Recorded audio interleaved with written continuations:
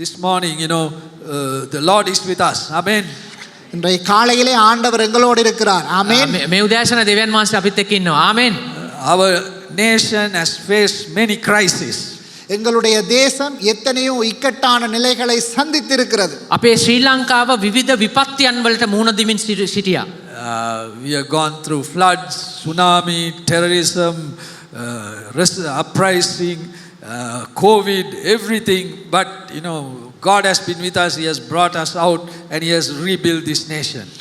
ஆமென். எத்தனையோ வெள்ளப்பெருக்குகள், சுனாமி வந்தது, கொரோனா வந்தது, எத்தனையோ இயற்கை அனர்த்தங்கள் வந்தது.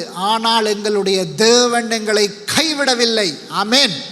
අපේ දෙවියන් වහන්සේ අප අතහරින්නේ අපේ ශ්‍රී ලංකාව ඉතිහාසයේ යුද්ධය, ඒ වගේම සුනාමි, ඒ වගේම කොවිඩ්, ඒ වගේම විවිධ දේවල් වලින් අපි ආවා. ඒ දෙවියන් වහන්සේ අප සමග සිටියා.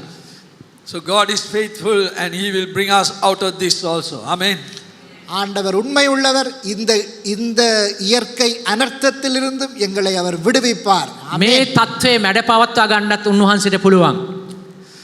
This morning, my message is that we must put our trust entirely in God. எங்களுடைய விசுவாசத்தை நாங்கள் ஆண்டவர் மேல் வைக்க வேண்டும். අපගේ ඇදහිල්ල උන්වහන්සේ වෙත තැබිය යුතුයි. In John chapter 15 verse 5 it says, without me you can do nothing.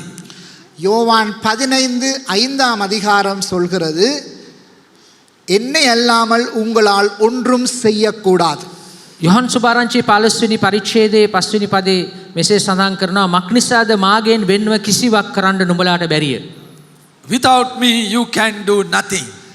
ஆண்டவர் இல்லாமல் நாங்கள் ஒன்றுமே செய்ய முடியாது. උන්වහන්සේ නැතුව අපිට කිසිවක් කළ නොහැක. The world is, when you look at the world is saying what you can bring to the table. இன்றைக்கு உலகம் நினைக்கிறது தாங்கள் விரும்புவதை அங்கே அவர்கள் கொண்டு வரலாம் என்று சொல்லி. අද ලෝකයේ මතය තමයි ඔවුන් සිතන පතන දේ ඔවුන්ට සිදු විය හැකි බව.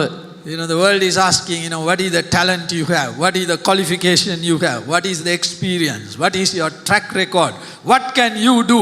That's what the world asks. இன்றைக்கு உலகம் என்ன நினைக்கிறது அல்லது உலகம் என்னத்தை கேட்கிறது என்று சொன்னால், உங்களுக்கு என்ன குவாலிஃபிகேஷன் இருக்கிறது, உங்களிடம் என்ன தகமை இருக்கிறது, உங்களிடம் என்ன இருக்கிறது, அதை கொண்டு வாருங்கள் என்று சொல்லி. ලෝකය කියන්නේ ඔබගේ හැකියාව කුමක්ද, ඔබගේ දක්ෂතාවය කුමක්ද, ඔබගේ දේවල් මොනවද, මේ දේ තමයි ඉස්මතු කරලා ඔවුන් ඒ කෙරේ විශ්වාසය තබන්නේ.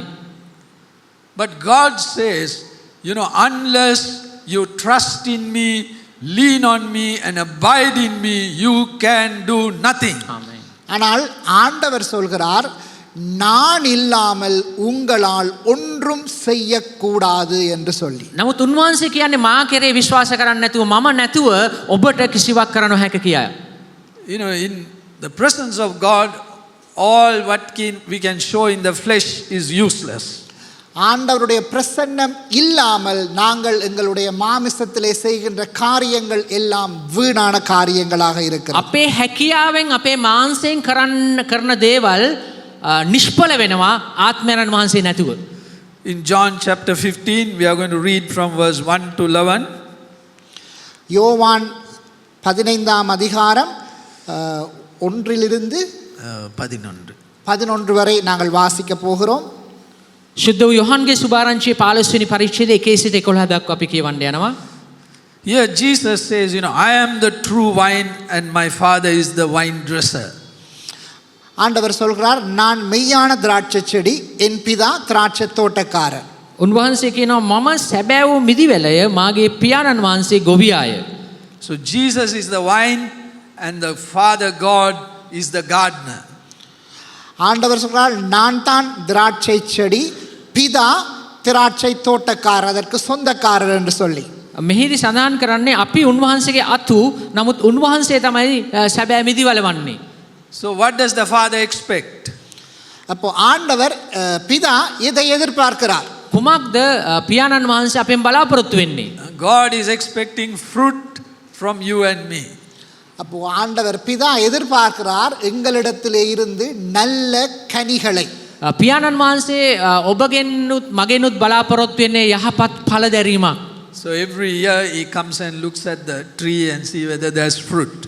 ஒவ்வொரு வருடமும் அங்கே பிதாவானவர் வந்து அங்கே திராட்சை செடியை பார்க்கிறார், அங்கே அது கனி கொடுத்திருக்கிறதா என்று சொல்லி. හැම වසරකදී මේ පියානෝ බලනවා ඇවිල්ලා පියාණන් වහන්සේ වසරක් පාසා ඒ අතු වලින් ඵලදාවක් තිබෙනවද කියලා.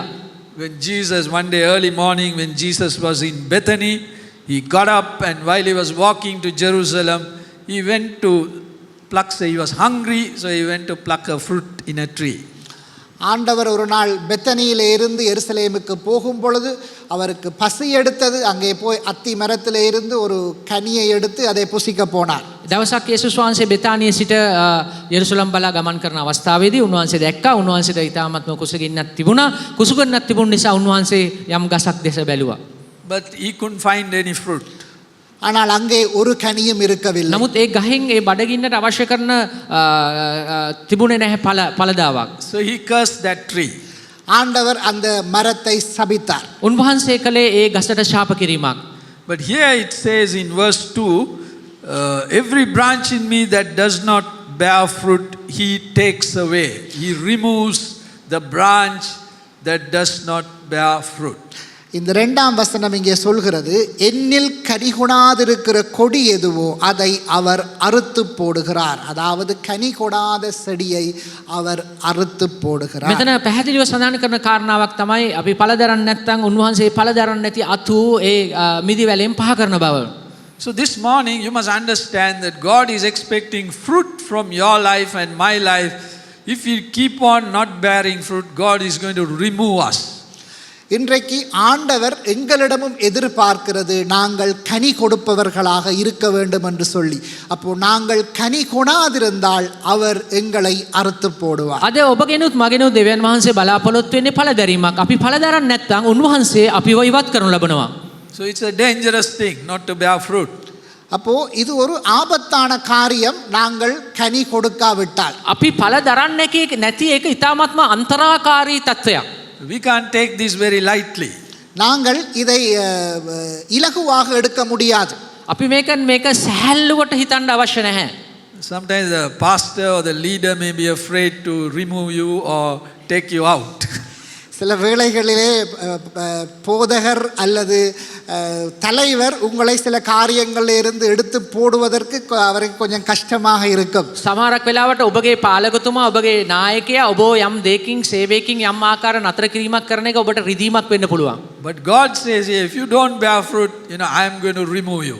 ஆனால் ஆண்டவர் சொல்கிறார், நீங்கள் கனி கொடாவிட்டால் நான் உங்களை அறுத்து போடுவேன். නමුත් දෙවියන් වහන්සේගේ වචනේ කියනවා උන්වහන්සේ ඉදිරියේ ඔබ ඵල දැරුවේ නැත්නම් උන්වහන්සේ ඔබව පහ කරනු ලබනවා. So it's a serious matter before God. ஆகவே இது ஒரு சீரியஸான காரியம். මේක ඉතාමත්ම දෙවියන් වහන්සේ ඉදිරියේ සැලකිය යුතු කාර්යයක්. So second thing, every branch that's giving fruit is going to prune so it will produce more fruit. அங்கே ஒவ்வொரு கனி கொடுக்கிற அந்த கிளைகளும் அங்கே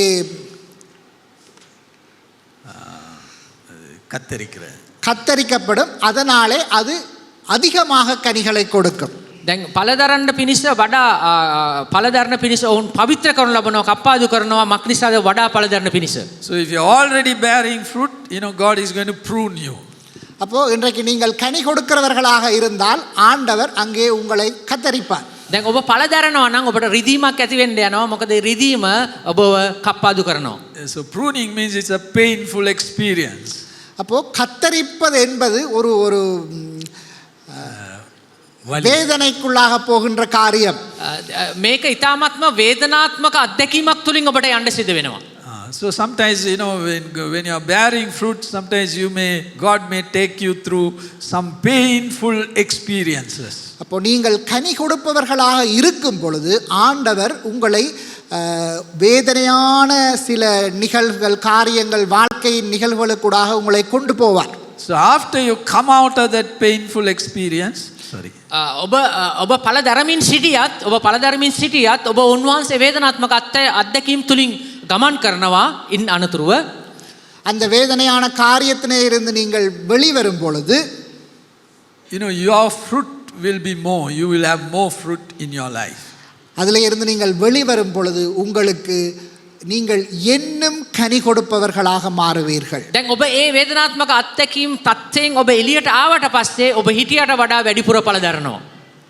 So the only way you can bear fruit is by being connected to Jesus. Like a branch connected to a tree, you must be connected to Jesus. அப்போ நாங்கள் எப்பொழுது கனி கொடுப்பவர்களாக இருக்கலாம் என்று சொன்னால், அந்த கிளை எப்படி மரத்தோடு தொடர்பாக இருக்கும் பொழுது அது கனி கொடுக்கிறதோ அதுபோல நாங்களும் ஆண்டவராகிய இயேசு கிறிஸ்துவோடு தொடர்பாக இருக்கும் பொழுது கிளைகளாகிய நாங்களும் அதிக கனிகளை கொடுப்போம். දැන් මිදි වැලක අත්ත සම්බන්ධ වෙලා ඵල දරනක්සේම අපි ක්‍රිස්තුස් වහන්සේ නැමැති මිදි වැලට අපේ ජීවිතේ සම්බන්ධ වුණොත් අපිට වඩා ඵලදායි ඵල දැරීමක් ලබන්න පුළුවන්. So how do you remain in Christ? அப்போ நாங்கள் எப்பொழுது இயேசுவுக்குள்ளாக இருக்கலாம்? අපි කොහොමද ක්‍රිස්තුස් වහන්සේ තුල අපි පවතින්නේ? First thing, whatever known sin in our life, we have to repent and put it under the blood.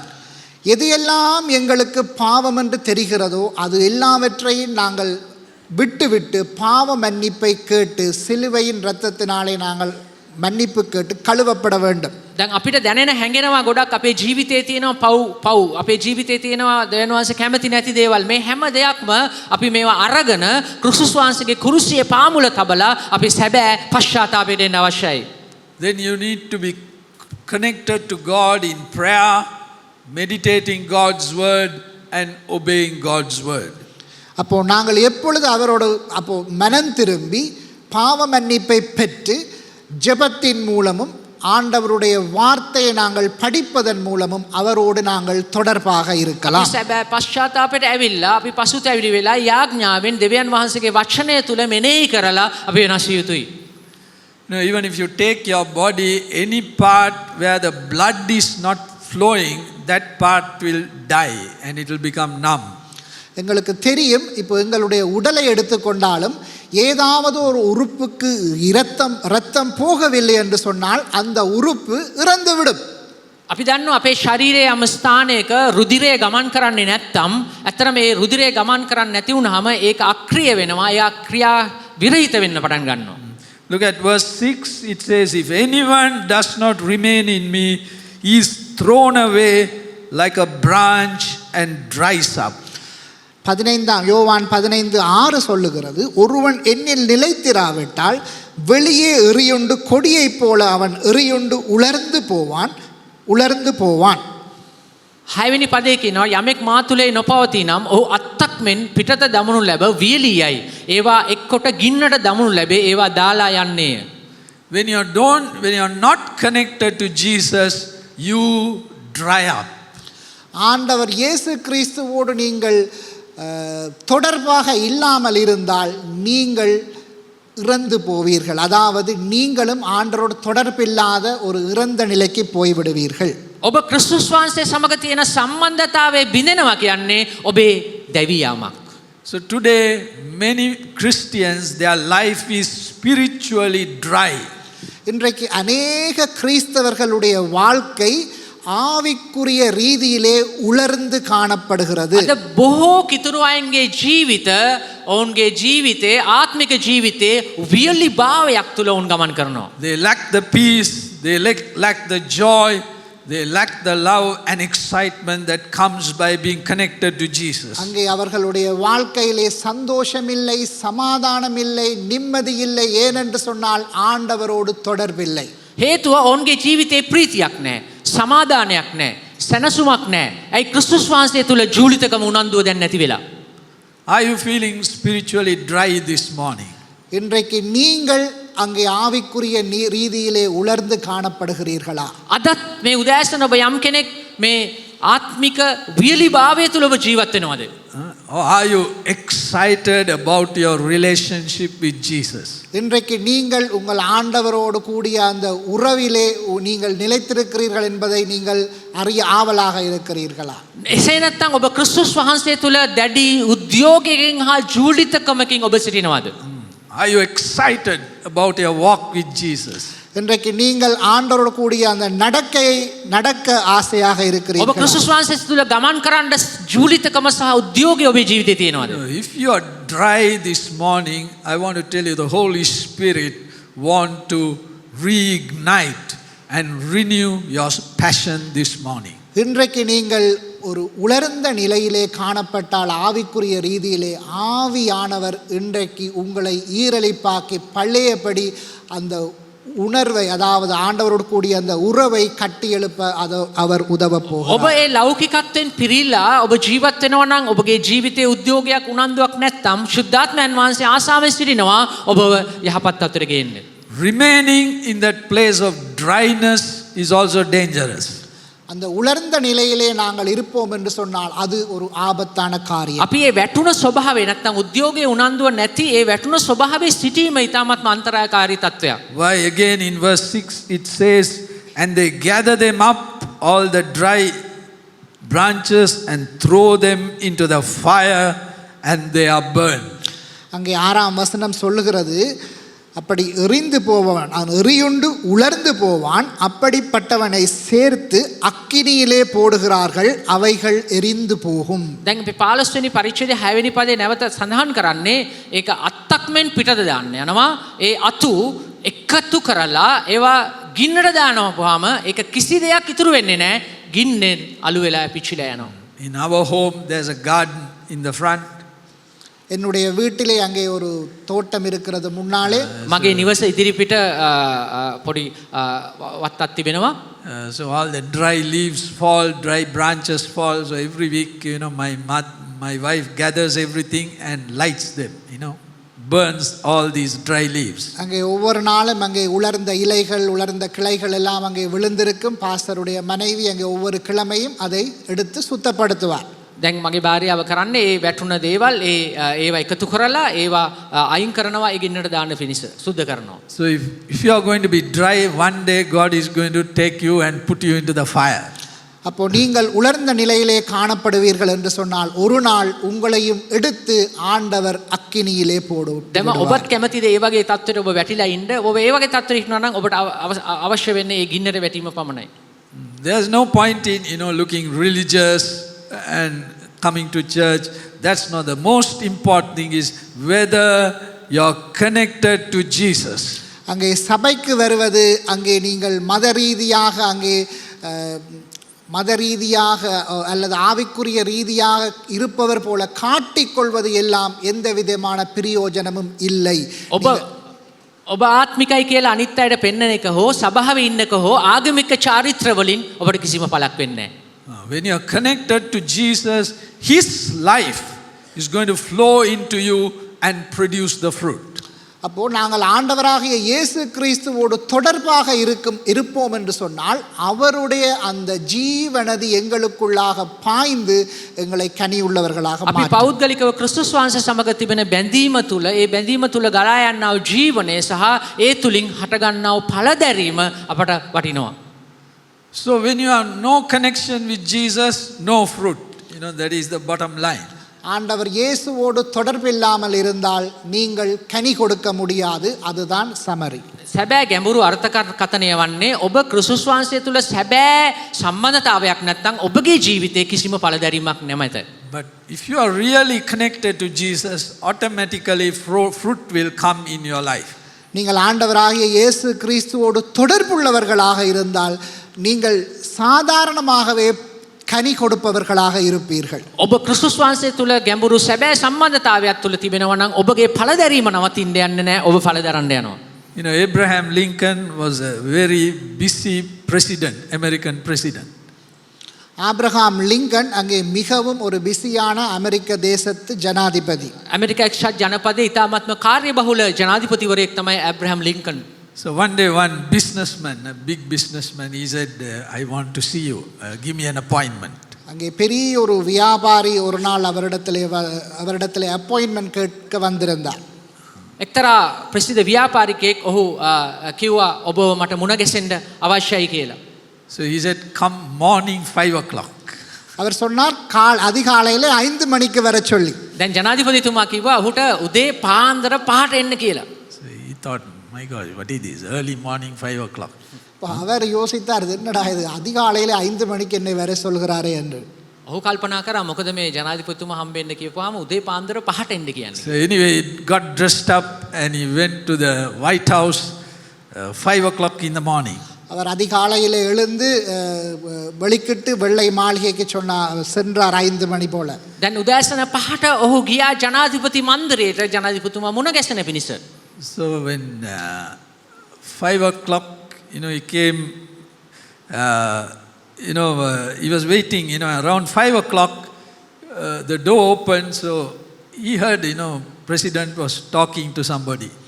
இவர் அங்கே போயிருந்தார். அங்கே 5 மணிக்கு அங்கே கதவு திறந்திருந்தது, மாளிகையின் கதவு திறந்திருந்தது. ஆனால் அங்கே ஜனாதிபதி யாரோடோ பேசிக்கொண்டிருக்கிற சத்தம் இவருக்கு கேட்டது. දැන් ඔහු ගියා නමුත් ඒ ස්ථානයේ ඔහුට දොරටු විවෘත වෙලා තිබුණා. ඔහු දොරටු විවෘත වුණත් ඔහු දැක්කේ ජනාධිපතිතුමා යම් කාත් එක්ක හරි යම් සංවාදයක්. So he waited for the other person to come out. அப்போ இவர் அங்கே வெளியே காத்து கொண்டிருந்தார், அந்த கதைத்து கொண்டிருக்கிற மற்ற நபர் வெளியே வரும் வரை. ඔහු බැලුවා උත්සාහ කළා දිනේ වෙනස් කරගන්න.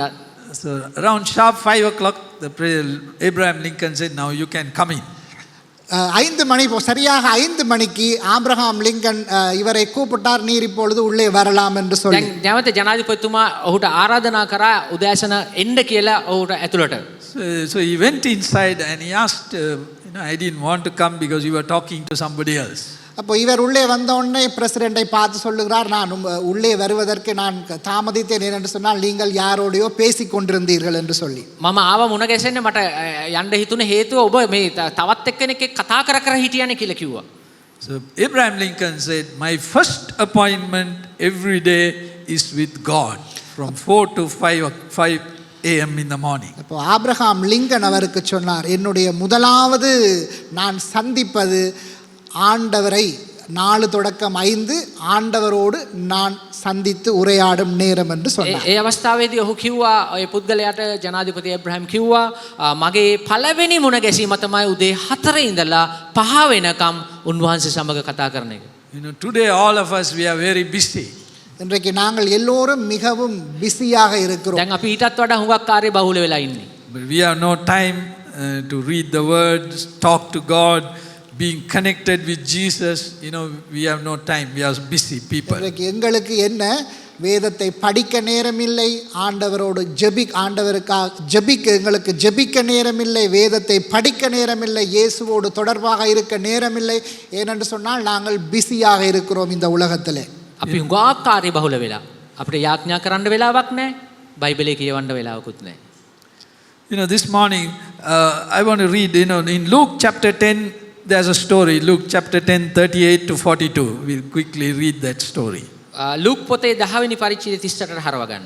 நாங்கள் இன்றைக்கு காலையிலே லூக்கா 10ஆம் அதிகாரம் 38ஆம் வசனத்தை வாசிக்க விரும்புகிறேன். Jesus came to a village called Bethany. ஆண்டவர் பெத்தனி என்கிற ஊருக்கு போகிறார். යේසුස් වහන්සේ බෙතානියට යනවා. And there's a family there, Mary, Martha and Lazarus. That family was there. So Mary welcomed Jesus. அங்கே ஆண்டவர் அங்கே ஒரு குடும்பத்தை சந்திக்க போகிறார். அங்கே மேரி, மாத்தா, மரியாளும் மாத்தாளும் இருக்கிறார்கள். அங்கே போகும்போது மாத்தாள் இயேசுவை வரவேற்கிறார். දැන් යේසුස් වහන්සේ යන්නේ එක පවුලක් මුණ ගැසෙන්න. මේ පවුලේ සහෝදරියන් දෙදෙනෙක් ඉන්නවා, මාර්තා, මරියා, ඒ වගේම සහෝදරයා ලාසරස්. යේසුස් වහන්සේ ඊටවත්ම සාදරයෙන්ම මාර්තා විසින් පිළිගනු ලැබුවා. So she only welcomed Jesus. After she welcomed Jesus, she forgot about Jesus and she became so busy. அங்கே மார்த்தாள் அங்கே இயேசு வீட்டுக்கு வரும் பொழுது அவரை வரவேற்பாள். அதற்கு பின்பதாக என்ன, அவளை வரவேற்று அங்கே இருக்க வைத்துவிட்டு அவள் வீட்டு காரியங்களிலே பிஸியாகி விடுவாள். දැන් ඇත්තටම දැන් මාර්තා යේසුස් වහන්සේ ඉතාමත්ම සාදරයෙන් පිළිගත්තා. හැබැයි සාදරයෙන් පිළිගත්ත ගමන්ම එයාට අමතක වුණා උන්වහන්සේව ඇයි කාර්ය බහුලතාවයට ඇතුල් වුණා. So today many of us are like that, we receive Jesus Christ into our life. இன்றைக்கு நாங்களும் என்ன, இயேசுவை எங்களுடைய வாழ்க்கையிலே ஏற்றுக்கொண்டிருக்கிறோம். අපිත් අපේ ජීවිතේ මේ වගේ සුහදව යේසුස් වහන්සේව ආදරෙන් පිළි අරගෙන තමයි හිටියේ. After that we become very busy. அதற்கு பிறகு என்ன, நாங்கள் மிகவும் பிஸியாக இருக்கிறோம் மாத்தாளை போல. ඊට පස්සේ අපි ටිකක් දැන් වැඩිපුර කාර්ය බහුලතාවයට පත් වෙලා. Even busy serving Jesus also.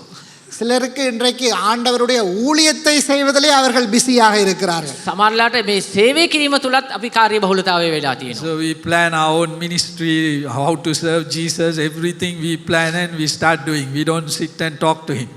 அநேக நேரங்களில் ஊழியர்கள் கூட என்ன அவர்களுடைய ஊழியத்தை பற்றி சிந்தித்து அதை எப்படி செய்வது இதை எப்படி செய்வது என்று சொல்லி அதிலே அவர்கள் பிஸியாக போய்விடுவார்கள், ஆண்டவருடைய தொடர்பை விட்டு விடுவார்கள். ස්වාමින් වහන්සේත් එක්ක සම්බන්ධයට වඩා මගේ සේවය මම මොනවද කරන්න කියලා ඔබගේ සේවය ගැන සැලසුම් හද හද ඉන්නවා. In Luke 10:39 it says, she had a sister Mary who sat before the master, hanging on every word he said. அங்கே 10ஆம் அதிகாரம் 39வது வசனம் சொல்கிறது, அங்கே மார்த்தாளுக்கு மரியாள் எனப்பட்ட ஒரு சகோதரி இருந்தாள். அவள் இயேசுவின் பாதத்தருகே உட்கார்ந்து அவருடைய வசனத்தை கேட்டுக்கொண்டிருந்தாள். දැන් ලුක් 10:39 බලන්න ඇයට මරියා නම් සහෝදරියක් සිටියාය. ඇය ස්වාමින් වහන්සේගේ පාද මුල හිඳ උන්වහන්සේගේ වචන ඇසුවාය. So here can you see, Mary was listening to Jesus. இங்கே மரியாளை பார்த்தால் அவள் ஆண்டவருடைய வார்த்தையை கேட்டுக்கொண்டிருப்பாள். දැන් මරියා මොනවද කරේ? ඇය උන්වහන්සේගේ වචනයට සමන් දෙමින් සිටියා. So Jesus wants to speak to you every day. ஆண்டவராகிய இயேசு கிறிஸ்து எங்கள் ஒவ்வொருவரோடும் அவர் பேசுவதற்கு வாஞ்சையாக இருக்கிறார். දිනපතාම යේසුස් වහන්සේ ඔබ දන්නවද ඔබට කතා කරන්න ආසාවෙන් සිටිනවා. About your business, உங்களுடைய வியாபாரம், about your children, உங்களுடைய பிள்ளைகள், about your personal life, உங்களுடைய பர்சனல் லைஃப், ඔබගේ ව්‍යාපාරය නැත්නම් ඔබගේ පුද්ගලික ජීවිතය, ඔබගේ පවුල, දරුවන් මේ ගැන, about the problem you're facing, உங்களுடைய பிரச்சனைகள், ඔබ මුහුණ දෙන ගැටලු, everything, he wants to speak to you. அது எல்லாவற்றையும் பற்றி ஆண்டவர் உங்களோடு பேச வாஞ்சியாக දැන් මේ இருக்கிறார். කතා කරපු කාරණා හැම එකකටම උන්වහන්සේ ඔබට කතා කරන්න සූදානම් සිටිනවා. But we don't want to sit, we become busy like Mary. ஆனால் நாங்கள் என்ன செய்கிறோம்? நாங்கள் மேரியை போல உட்கார்ந்து அதை கேட்பதற்கு எங்களுக்கு முடியாமல் நாங்கள் பிஸியாக இருக்கிறோம். දැන් අපි අසමත් වෙලා තිබෙනවා සවන් දීමෙන් අපි දුර්වල වෙලා ඒක අතහැරලා අපි වෙන දෙයකට කාර්යබහුල වෙලා. Look at verse 40. 40வது வசனத்தை பார்ப்போம். 40 වෙනි පදේ බලන්න. It says, but Martha was distracted by all the preparation that had to be made. She came to him and asked, Lord, don't you care that my sister has left me to do work by myself? Tell her to help me. அப்போ மாத்தாள் வந்து சொல்லுகிறார், மாத்தாளோ பற்பல வேலைகளை செய்வதில் மிகவும் வருத்தமடைந்து அவரிடத்தில் வந்து, ஆண்டவரே, நான் தனியே வேலை செய்யும்படி என் சகோதரி என்னை விட்டு வந்திருக்கிறதை குறித்து உமக்கு கவலை இல்லையா? எனக்கு உதவி செய்யும்படி அவளுக்கு சொல்லும் என்றாள். 40 වෙනි පදේ කියනවා, නමුත් මාර්තා බොහෝ උපස්ථාන කිරීමෙන් කරදරව සිටියාය. උන්වහන්සේ වෙතට ඇවිත්, ස්වාමිනී, මාගේ සහෝදරී තනියම උපස්ථාන කරන්න මා හැරිය බව ඔබ සලකන්නේ නැද්ද? එබැවින් මට උපකාර කරන ලෙස ඇයට කිව මැනවයි කීවාය. So here in one of the translation it says Martha was pulled away from Jesus. அங்கே ஒரு வேத சில டிரான்ஸ்லேஷன் சொல்கிறது, அங்கே மார்த்தாள் என்ன செய்தால், அவளுடைய காரியங்களுக்கு அவள் அங்கே இழுக்கப்பட்டு போனாள். දැන් තවත් බයිබල් පරිවර්තනයක අර්ථකථනය කරනවා මෙන්න මේ විදියට. මාර්තා සම්පූර්ණයෙන්ම ඇයගේ කාර්යයට වෙන් වෙලා ගියා. So what is pulling you away from Jesus? இன்றைக்கு எது உங்களை ஆண்டவரிடத்திலே இருந்து பிரித்து இழுத்து கொண்டு போய் இருக்கிறது? අද ඔබගේ ජීවිතේ කුමක්ද යේසුස් වහන්සේගෙන් ඈත් කරලා ඔබව ඇදගෙන යන දේ? Here the Bible says Martha was pulled away by many things. வேதம் சொல்கிறது, அங்கே மார்த்தாள் எத்தனையோ காரியங்களால் அங்கே அவள் இழுபட்டு பிரிக்கப்பட்டிருக்கிறாள். දැන් දේ වචනේ කියන්නේ මාර්තා බොහෝ ලෙස ඔහු ඇය කාර්යබහුල දෙයට ඇය ඇදගනු ලැබුවා. So morning when you get up, so many things are pulling you away from Jesus. அதிகாலையில் எழுந்ததும் எத்தனையோ உலக காரியங்கள் ஆண்டவரிடத்திலே இருந்து எங்களை பிரித்து இழுத்து கொண்டிருக்கிறது. අපි උදෑසන අවදි වුණාට පස්සේ බලන්න අපේ ජීවිතේ ක්‍රිස්තුස් වහන්සේගෙන් ඈත් කරන විශාල කාර්යයන් වලට අපේ මනස අපි යොමු කරන ලබනවාද? John Wesley was a great preacher. His mother had about 13 children. அங்கே ஜான் வெஸ்லி என்பவர் இருந்தார். அவர் மிகப்பெரிய ஒரு வேதத்திலே பெரியவர். அவருடைய தாயாருக்கு அங்கே 30 பிள்ளைகள் இருந்தார். 13 பிள்ளைகள் இருந்தார்கள். ජොන් වෙස්ලි කියන්නේ ශ්‍රේෂ්ඨ දේශකයෙක්. ඒ වගේම ජොන් වෙස්ලිගේ මමට දරුවන් 13 දෙනෙක් හිටියා. But she had a place where she will sit there and put the apron, cover her face, and she would spend time with Jesus. அவள் ஒரு மூலையில் அமர்ந்து அந்த ஏப்ரன் ஒரு துணியை மூடி முகத்தை மறைத்து கொண்டு தேவனோடு பேசுவாள். දැන් මේ මව මොනවද කරේ? ඇය ඇයගේ හිස් වසාගෙන ඇය වාඩි වෙලා ඇය ස්වාමීන් වහන්සේ සමග කාලය ගත කරන්න පටන් ගත්තා මේ මව. So we are entering into a difficult season where you must learn to sit at the feet of Jesus and hear what he is telling you.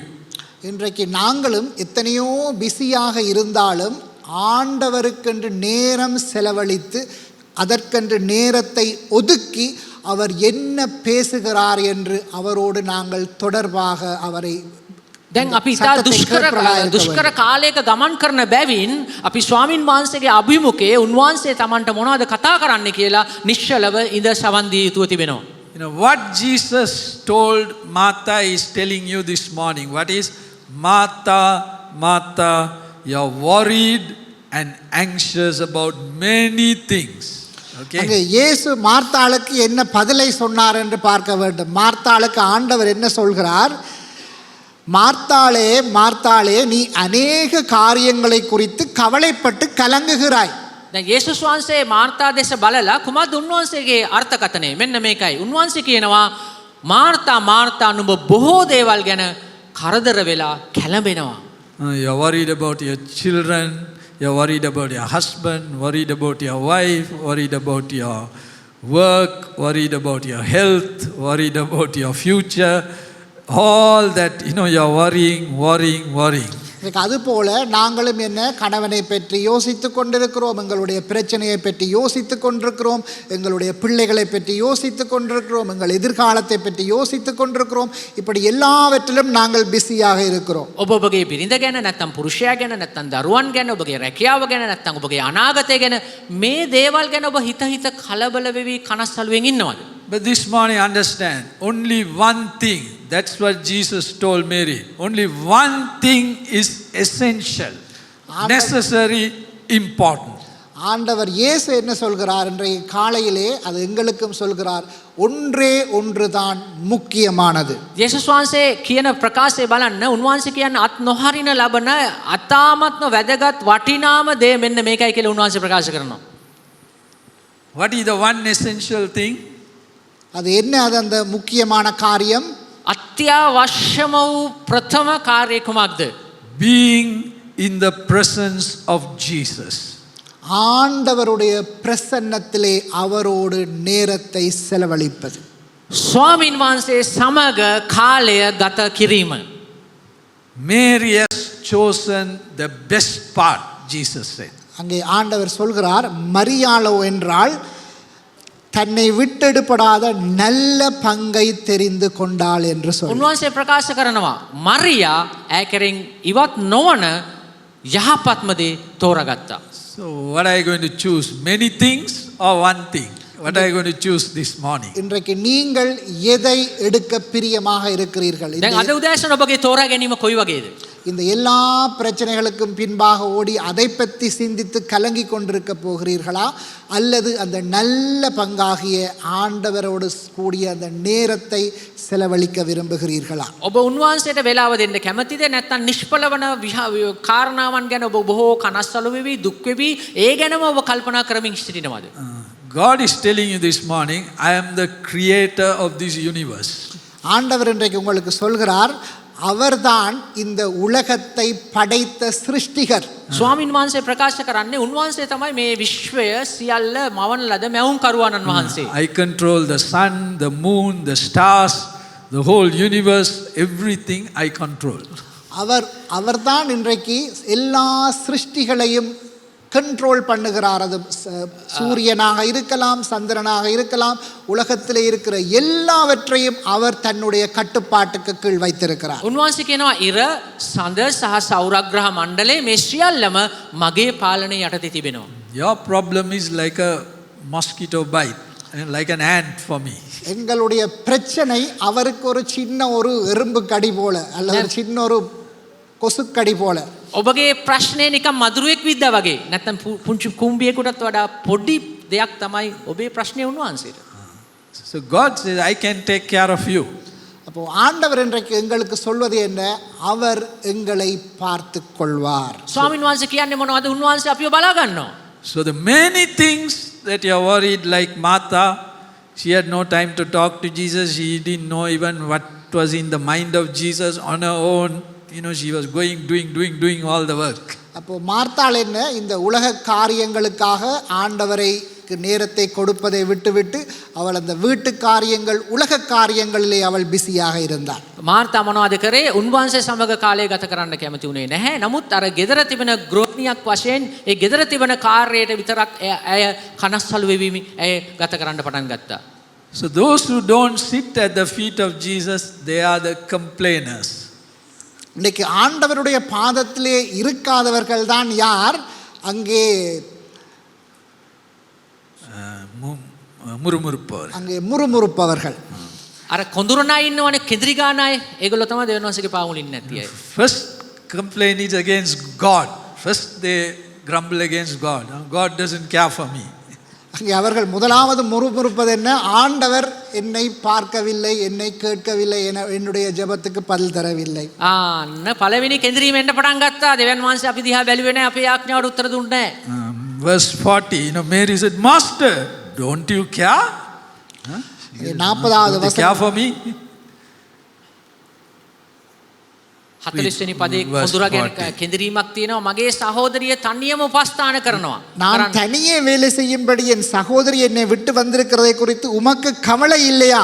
எனக்கு உதவி செய்யும்படி அவளுக்கு சொல்லும் என்று அங்கே மாதா சொல்றதை பார்க்கிறோம். So the first complaint is she had no time to sit at the feet of Jesus, but the first complaint is against Jesus. Don't you care for me? அங்கே முதலாவது அவளுடைய முறுமுறுப்பை பாருங்கள்.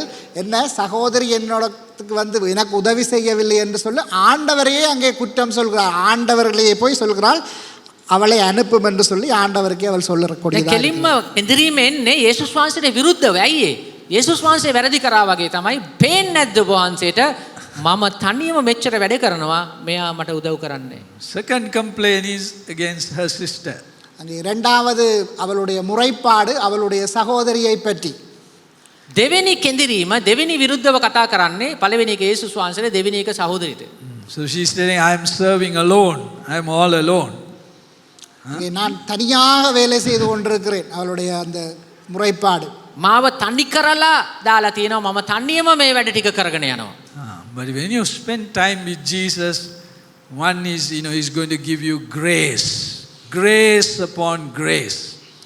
அப்போ நாங்கள் ஆண்டவரோடு நேரத்தை செலவழிப்போம் என்று சொன்னால் அவர் எங்களை தனியே விட மாட்டார். அவருடைய கிருபையை எங்களுக்கு தருவார். උන්වහන්සේගේ අනුග්‍රහයේ කරුණාව ලැබෙන්නේ උන්වහන්සේගේ සමග කාලය ගත කරන කෙනාට වෙහෙසන කෙනාට. Then you are going to say, my grace is sufficient for me.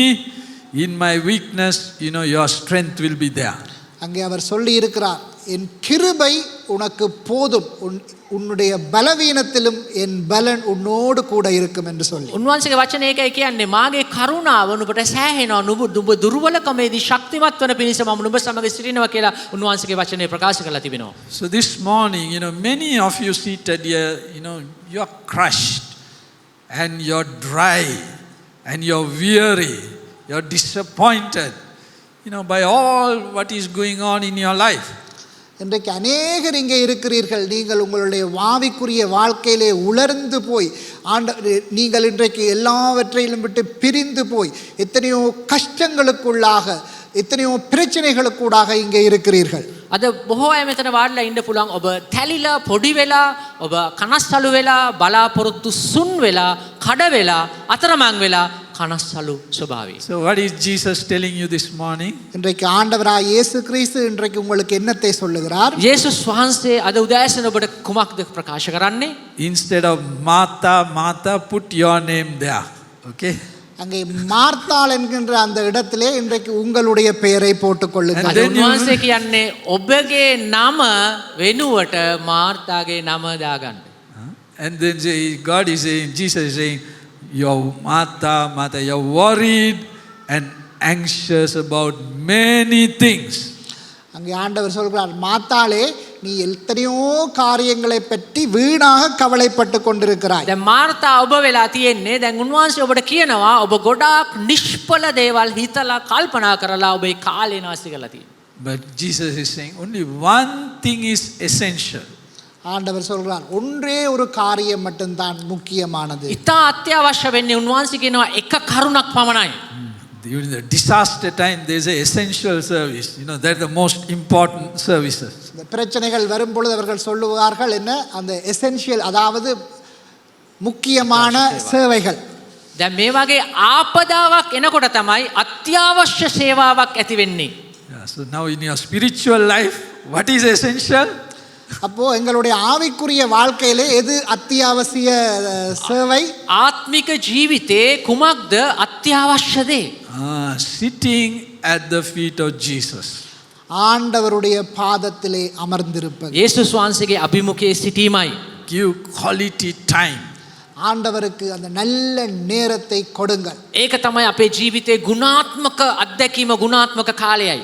Switch off your smartphone. உங்களுடைய ஃபோனை ஸ்விட்ச் ஆஃப் பண்ணுங்கள். Pull the wire out of your landline. லேண்ட்லைனுடைய அந்த வயரை கலட்டி விடுங்கள். ඔබගේ ජංගම දුරකථනය පොඩ්ඩක් ක්‍රියා විරහිත කරලා තියන්න. ලෑන්ඩ්ලයින් එකක් තියෙනවනේ වයර් එක ගලවලා දාන්න. And sit quietly at the feet of Jesus. ஆண்டவருடைய பாதத்திலே போய் அமர்ந்திருங்கள். ටිකක් වෙලාව දෙන්න උන්වහන්සේ සමග කාලය ගත කරන්න. Don't worry, the world will not stop, you know. உலகத்தை பற்றி கவலைப்பட வேண்டாம், அது நிற்காது, அது போய்க்கொண்டே இருக்கு. ලෝකය ගැන වැඩි කල්පනා කර කර ඉන්න එපා. ලෝකේ ගමන් කරනවා. But you're going to hear the voice of Jesus. நீங்கள் அப்படி அமர்ந்திருக்கும் பொழுது ஆண்டவருடைய சத்தத்தை கேட்பீர்கள். උන්වහන්සේගේ හඬට ඔබ සවන් දෙන්න. Jesus is going to speak to you. යේසුස් වහන්සේ ඔබට කතා කරන්න යනවා. ஆண்டவர் உங்களோடு பேசுவார். After that you're going to have peace. ඊට පස්සේ ඔබට ප්‍රීතියක් ලැබෙන්න යනවා. සමාදානයක් ලැබෙන්න சமாதானம் යනවා. வரும். And you're going to have joy. சந்தோஷம் வரும். සතුට. You're going to have confidence. உங்களுக்கு கான்ஃபிடென்ட் வரும். ඔබ තුල සාතිකභාවය. And you're going to have joy. சந்தோஷம் வரும். ප්‍රීතිය. Hallelujah. Hallelujah. So this morning, you know, will you make a choice, you know, like Mary, you know, will you make a choice and say this one is the essential thing, everything else is not necessary. அப்போ இன்றைக்கு நாங்கள் தேர்ந்தெடுப்போம் எது எங்களுடைய வாழ்க்கையிலே முக்கியமான காரியம். අද අපි තීරණයක් ගමුද? ඔබට අද තෝරා ගැනීමක් තිබෙනවා. ඒ තෝරා ගැනීම නම් මරියා. So shall we all rise to our feet? අපි සියලු දෙනාම අපේ අසුන් වලින් නැගිට සිටිමු. நாங்கள் எழுந்திருப்போம். අපි නැගිටිමු. You know, this morning, you know, God wants to refresh you. இன்றைக்கு உங்கள் ஒவ்வொருவரையும் புதுப்பிக்க விரும்புகிறார். මෙන්න උදෑසන දෙවියන් වහන්සේ අපව පුබුදු කරන්න ලෑස්ති. God wants to touch you. ஆண்டவர் ස්වාමීන් වහන්සේ ඔබ ස්පර්ශ කරන්න ලෑස්ති. God wants to come into your life and He wants to take care of everything. உங்களுடைய வாழ்க்கைக்குள்ளாக அவர் வந்து அவர் எல்லா காரியங்களையும் பொறுப்பெடுத்து நடத்த விரும்புகிறார். ස්වාමීන් වහන්සේ ඔබගේ ජීවිතයට ඇවිල්ලා සියල්ල උන්වහන්සේ බාර අරගෙන ඔබ තුල උන්වහන්සේ ක්‍රියා කරන්න ලෑස්ති. So will you say, Lord, I want to choose you above everything this morning. நாங்கள் இன்றைக்கு சொல்லுவோம், ஆண்டவரே நாங்கள் எல்லாவற்றையும் விட உம்மை நாங்கள் தெரிந்தெடுத்து உம்மோடு தொடர்பாக இருக்க விரும்புகிறோம். අපි තීරණයක් ගමු උන්වහන්සේට සියල්ලට වඩා උන්වහන්සේව තෝරාගෙන උන්වහන්සේගේ අභිමුඛයේ රැඳී සිටින්න. Will you make that decision this ඔබ morning? තීරණයක් ගන්න මේ උදෑසන. நீங்கள் இந்த முடிவை எடுப்பீர்களா? Will you lift your hands ඔබගේ දෑත් கைகளை ඔසවන්න. and say, Lord, ස්වාමීන් சொல்லுங்கள், ஆண்டவரே you are the most important person in my life. நீர்தான் முக்கியமானவராக இருக்கிறீர் என்னுடைய வாழ்க்கையில். ස්වාමිනී ඔබ පමණයි මගේ ජීවිතයේ සුවිශේෂී පුද්ගලයා. Everything else can wait. மற்ற எல்லா காரியங்களும் அதற்கெல்லாம் பின்னால். ස්වාමිනී සියලු අනිත් කාරණාවන් වටින්නේ නැහැ. Mary has chosen the best part. அங்கே மரியாள் நல்ல பங்கை தேர்ந்தெடுத்தார். මරියා වනා යහපත් දේ තෝරාගත්තා. And I want to choose this morning. நானும் அதையே இன்றைக்கு தேர்ந்தெடுக்கிறேன். ස්වාමිනී මමත් ඒ දේම අද තෝරා ගන්නවා. If you make that decision, you know, I'm going to pray for you this morning. இன்றைக்கு நீங்கள் அந்த முடிவை எடுப்பீர்கள் என்று சொன்னால் பாஸ்டர் உங்களுக்காக ஜெபிக்க ඔබ விரும்புகிறேன். වෙනුවෙන් මම යාඥා කරන්න කැමති ඔබේ තීරණයට ඔබ කැප වෙන්න ඕන. And God is going to touch you. ස්වාමීන් වහන්සේ ඔබ ස්පර්ශ කරනවා. ஆண்டவர் உங்களை தொட விரும்புகிறார். God is going to refresh you. ஆண்டவர் உங்களை புதுப்பிக்க விரும்புகிறார். ඔබගේ ජීවිතයේ උන්වහන්සේ නැවුම් භාවයක් ඇති And කරනවා. the dryness is going to go away. அந்த உலர்ந்த நிலை உங்களை விட்டு போக போகிறது. ඒ වියලිභාවය වේ ජීවිතයෙන් පහවෙන්න යනවා. There's going to be refreshment from heaven. அங்கே அந்த புதுப்பிப்பு அங்கே பரத்திலே இருந்து வரப்போகிறது. ස්වර්ගයෙන් ඔබට පැමිණෙන්න එනවා නැවත උපත් නැවත පිබිදීමේ ජීවනයක් උපතක් වගේ දෙයක්.